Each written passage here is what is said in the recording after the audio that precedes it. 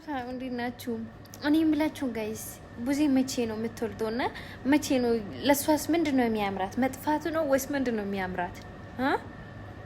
እንዴ እርሜላ እኮ ማለት ነው እርግዝና መጥፋት እንዲያምር ነው ስላደረገ ነው የጠፋችው። እርግዝና ነው መጥፋቱን አሳመራት። ምክንያቱም ማለት ነው አንድ ሰው ሲያረግዝ ብዙ ነገር ያምራል አይደል? እሷን ደግሞ ጥፊ ብሎ ነው ያማራት።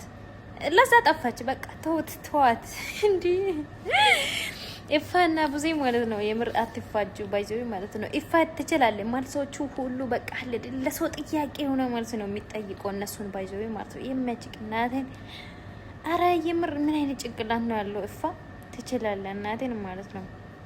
የምር ትችላለህ።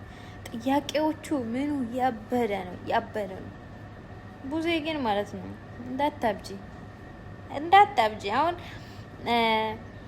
ማነው አብርሃም ጸበል ውሰጂ ብሎሽ አልነበረም? አንቺን ደግሞ አብርሃም ጸበል እንዳይወስድሽ እንዳታብጂ፣ ብቻ እንዳታብጂ። እንደዚህ ቆይ በቃ የእናንተ ህይወት እንደዚህ ነው የሚቀጥለው። በቃ ከእስር ቤት አብርሃም ደግሞ ከእስር ቤት ይወጣል፣ የሆነ በቃ ይዞ ይወጣል፣ ሌላ ሰው ነው ያስገባል። እሱም ደግሞ ይወጣል፣ ሌላ ሰው ይገባል። አብርሃም ቆይ ስንቴ ነው እስር ቤት የሚገባው? አቤት እቺ ከመጣችሁ ወዲህ እኮ ነው። እቺ ሸልዬ ከመጣችሁ ወዲህ በቃ ቆይ ድሮ የት ሄደሽ ነበር? ቆይ ለምን ሳይጋቡ በፊት አልመጣሽም? እዛኝ ጨበሬ የነበረ ጊዜ ለምን አልመጣችም? እቺ